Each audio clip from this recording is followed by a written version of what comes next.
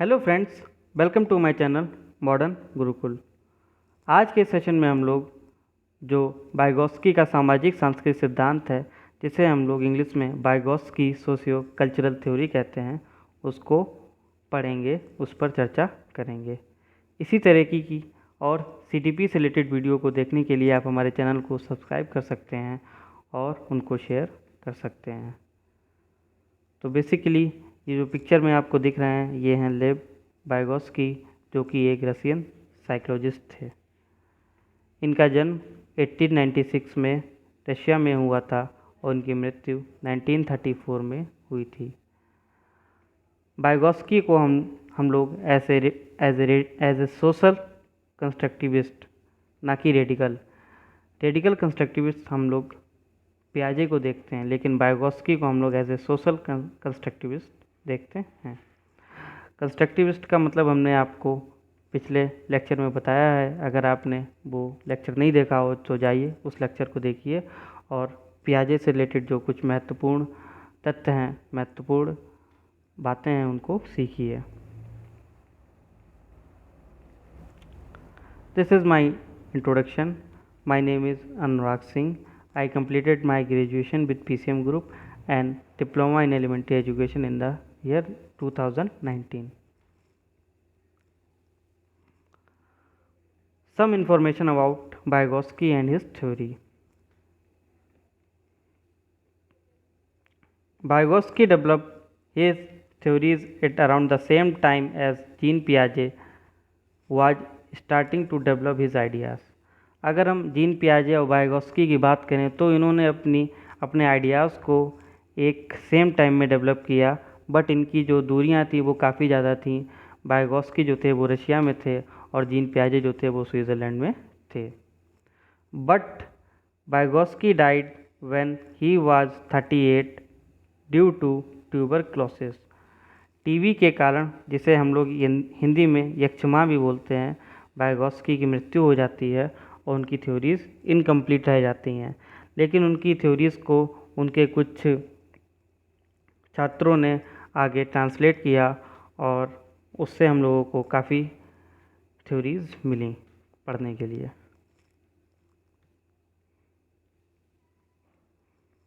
अब हम इनकी थ्योरी का कुछ बेसिक कॉन्सेप्ट जानते हैं कि इनकी थ्योरी से क्या एक बेसिक कॉन्सेप्ट निकलता है।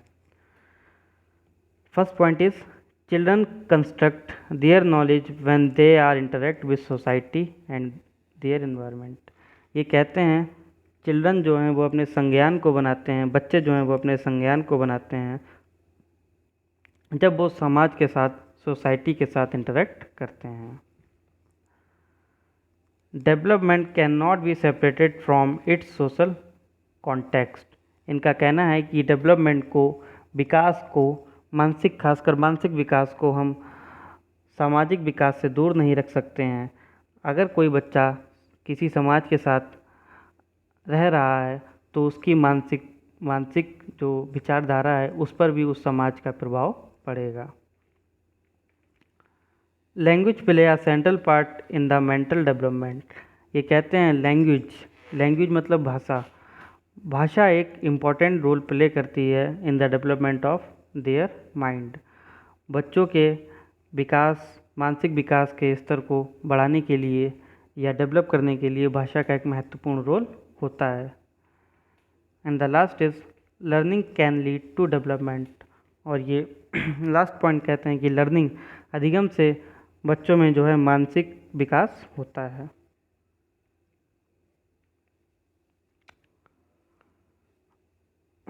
ये कुछ 3 मोस्ट इम्पॉर्टेंट एस्पेक्ट हैं वाइगोत्स्की के थ्योरी के।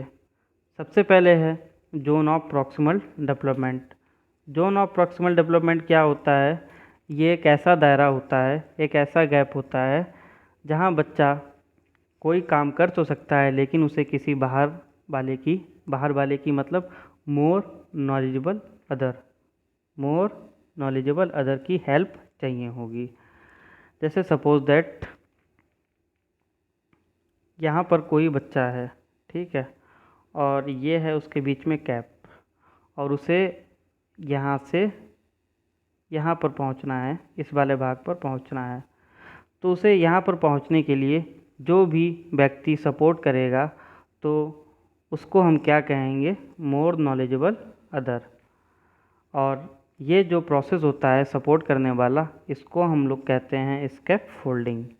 ठीक है, this is the temporary help और support provide to the child to reach the next level and और what they want to achieve. ठीक है, तो यहाँ पर क्या है, ये एक ऐसा प्रोसेस होता है जहाँ पर कोई छात्र अगर नेक्स्ट लेवल पर पहुँचना चाहता है तो उसे किसी MKO की ज़रूरत पड़ती है, मोर नॉलेजेबल अदर की ज़रूरत पड़ती है। यहाँ पर आप देखिए, यहाँ पर आप अच्छे से समझ जाएंगे। ठीक है, ये देखिए, ये वो दायरा था जो बच्चा खुद से कर सकता था, उसे यहाँ पर किसी भी व्यक्ति की ज़रूरत नहीं पड़ेगी। लेकिन अगर वो यहाँ से उठ के इस दायरे में आना चाहता है तो उसे एक पर्सन की ज़रूरत पड़ेगी जिसे हम लोग कहते हैं MKO। MKO मतलब मोर नॉलेजेबल अदर। और ये जो प्रोसेस होगा MKO के बीच का और उस चाइल्ड के बीच का, इस प्रोसेस को बोलेंगे हम लोग स्कैफोल्डिंग। स्कैफोल्डिंग, ठीक है, स्कैफोल्डिंग। स्कैफोल्डिंग मतलब ये एक टेम्पररी हेल्प होती है किसी भी चाइल्ड को नेक्स्ट लेवल पर पहुंचाने के लिए। यहाँ पर आप इस चीज़ को और अच्छे से समझ सकते हैं। बेसिकली ZPD और स्कैफोल्डिंग क्या होती है, ठीक है, यहाँ पर आप अच्छे से समझ जाएंगे। अब देखिए, ये वो दायरा है, ये वो दायरा है जो बच्चा खुद से कर सकता है। यहाँ पर उसे किसी भी व्यक्ति की या किसी भी MKO की ज़रूरत नहीं पड़ेगी। लेकिन अगर वो यहाँ पर आना चाहता है, इस वाले पार्ट पर आना चाहता है, ठीक है, तो उसे ये दायरा पार करना होगा। ये वाला दायरा पार करना होगा जिसमें उसकी हेल्प करेगा कौन, नॉलेजेबल अदर, जिसे हम लोग MKO बोलते हैं, मोर नॉलेजेबल अदर। और ये जो प्रोसेस है MKO के बीच का और चाइल्ड के बीच का, इसको हम कहते हैं स्कैफोल्डिंग। इसको टेम्पररी हेल्प की कहा जाता है। According to Vygotsky, there are 3 forms of language. Vygotsky ने 3 फॉर्म बताई हैं लैंग्वेज की, जो बच्चे बेसिकली उनकी जो स्पीचेस होती हैं उसमें हम लोग को देखने को मिलती है। सबसे पहली स्पीच है सोशल स्पीच। ये एक ऐसी स्पीच है जो बच्चा अपने घर वालों के साथ या अपने जो विचार हैं उनको बताने के लिए यूज़ करता है। यहाँ पर जो बच्चे भाषा यूज़ करते हैं वो एक टेलीग्राफिक भाषा होती है, मतलब 2 से 3 शब्द यूज़ कर सकते हैं, जैसे पानी, मम, इस तरीके के जो शब्द होते हैं वो बच्चे यूज़ करते हैं। तो इस प्रोसेस को हम लोग सोशल स्पीच बोलते हैं। Second is private speech. Private speech क्या होती है, ये एक ऐसी स्पीच होती है जो बच्चे अपने काम को डायरेक्शन देने के लिए करते हैं। जैसे आपने देखा होगा कुछ बच्चे ऐसे होते हैं जो अपने काम को डायरेक्शन देने के लिए मन में ही बड़बड़ाते हैं, अक्सर कुछ बोलते हैं, तो काम करते जाते हैं, बोलते जाते हैं। तो वाइगोत्स्की कहते हैं it is a speech which is directed to self and serves as a intellectual function. तो इनका कहना है कि ये एक ऐसी स्पीच होती है जो बच्चे अपने काम को दिशा देने के लिए करते हैं। और इन्होंने इस पर एक बहुत ही मोस्ट इम्पॉर्टेंट, इन्होंने कहा कि प्राइवेट स्पीच किसी भी बच्चे के लिए मोस्ट इम्पॉर्टेंट होती है। जबकि जीन पियाजे की अगर हम बात करते हैं तो उन्होंने इसको अहम केंद्रिता कहा है, ईगोसेंट्रिज्म कहा है, और वो ईगोसेंट्रिज्म में कोई भी बल नहीं देते हैं, उसको बिल्कुल भी मान्यता नहीं देते हैं। और सबसे लास्ट में आती है silent inner speech. Silent inner speech आप सब हम ही करते हैं, क्योंकि ऐसा इसमें तो इस तरीके से होता है जैसे किसी भी काम को करने के लिए हम माइंड में सोचते हैं। सपोज दैट अगर कोई काम हमसे गलत होता है तो हम लोग सोचते हैं कि ये काम अगर ऐसे नहीं इस तरीके से करते तो शायद सही हो जाता। तो ये वाली जो थिंकिंग होती है, ये वाली जो स्पीच होती है, इसे हम लोग साइलेंट इनर स्पीच कहते हैं। चलिए अब बात करते हैं कि वाइगोत्स्की में और जीन पियाजे में कुछ डिफरेंस है, वो क्या है। पियाजे said that a child is a birth with his cognition and society is not play a major role in the development of child। पियाजे कहते हैं कि जो बच्चे होते हैं वो अपने संज्ञान के साथ जन्म लेते हैं और समाज में उनकी कोई खास जो मेंटल डेवलपमेंट है वो कोई खास महत्वपूर्ण रोल प्ले नहीं करता है। But on the other hand Vygotsky said that society play a main role in the development of child cognition. Vygotsky कहते हैं सोसाइटी एक बहुत ही इम्पोर्टेंट रोल प्ले करती है बच्चों के मानसिक विकास को तेज करने में या उसको उनकी मानसिक स्तर को डेवलप करने में। When children talk to themselves to give direction to their work, this behavior of child is known as egocentrism। पियाजे इस प्रोसेस को, जब बच्चे खुद से बात करते हैं, वो इन्हें ईगोसेंट्रिज्म बोलते हैं, लेकिन जो वाइगोत्स्की हैं वो इसको एज ए प्राइवेट स्पीच बोलते हैं, इसको प्राइवेट स्पीच कहते हैं। चलिए कुछ क्वेश्चन हैं वाइगोत्स्की से रिलेटेड, हम उनको डिस्कस कर लेते हैं और इनको देखते हैं ये कैसे होंगे। ठीक है, बहुत ही आसान से क्वेश्चन है, कुछ ज़्यादा टफ क्वेश्चन नहीं है। अगर आपने थ्योरी को अच्छे से पढ़ा होगा तो आप इन्हें आसानी से कर लेंगे। Lev Vygotsky refers to verbal dialogue that children have with themselves. इसका मतलब है कि बच्चे जो खुद से बात करते हैं, ठीक है, अपने काम को दिशा देने के लिए, अपने वर्क को दिशा देने के लिए जो वो खुद से वर्बली डायलॉग्स मतलब बात करते हैं, तो उसे हम क्या कहते हैं? उसे हम ईगो सेंट्रिक स्पीच नहीं कहेंगे। डिस्टॉर्टेड स्पीच तो कुछ हमने पढ़ा ही नहीं है इस चैप्टर में। ठीक है, प्रॉब्लमेटिक स्पीच तो वाइगोत्स्की ने कोई प्रॉब्लमेटिक स्पीच नहीं दी है। प्राइवेट स्पीच उन्होंने कहा है कि बच्चे जब खुद से बात करते हैं तो वो अपने जो अपना काम है उसे एक दिशा देते हैं, और उन्होंने इस प्रोसेस को, उनका जो इस प्रोसेस है, इसे प्राइवेट स्पीच कहा है। अगर हम वाइगोत्स्की की बात करते हैं तो वो कहते हैं कि लर्निंग क्या है? Learning is a condition activity नहीं, पैसिव एक्टिविटी नहीं, इंडिविजुअल एक्टिविटी नहीं, learning is a social activity. Vygotsky कहते हैं लर्निंग जो है वो एक सोशल एक्टिविटी है, जो बच्चे जो हैं वो अपने ग्रुप में अपने पीयर्स के साथ अच्छे से सीखते हैं और उनका संज्ञान, उनका जो मानसिक स्तर है वो अच्छे से डेवलप होता है। Give cues to children and offering support as a when needed is an example of.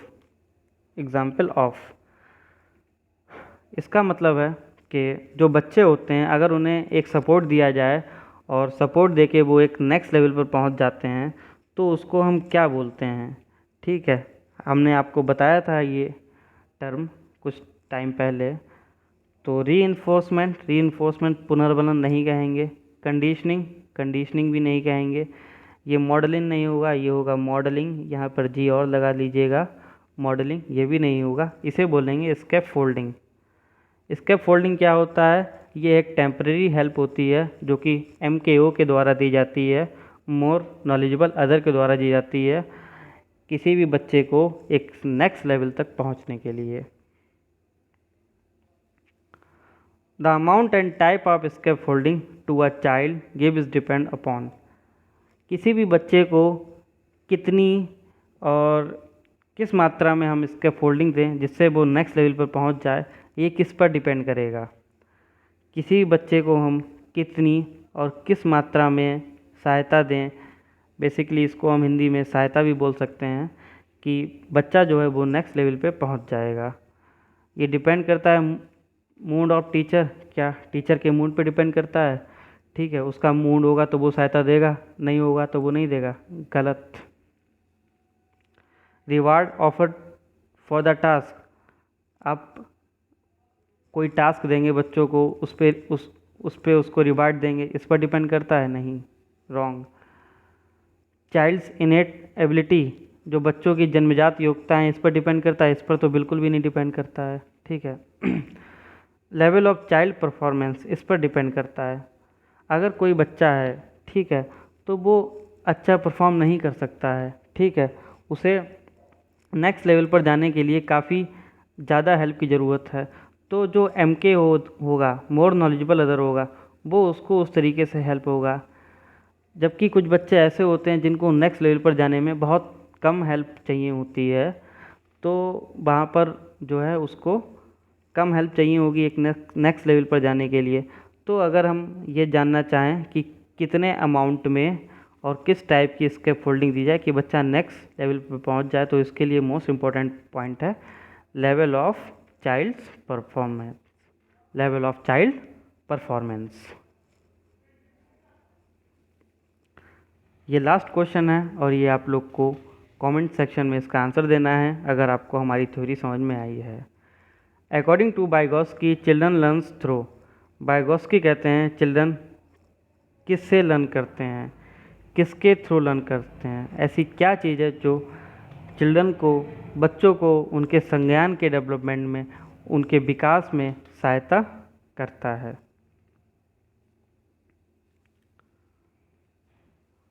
इस तरीके की और वीडियोस को देखने के लिए आप हमारे चैनल को सब्सक्राइब कर सकते हैं और उन्हें शेयर कर सकते हैं। Thank you.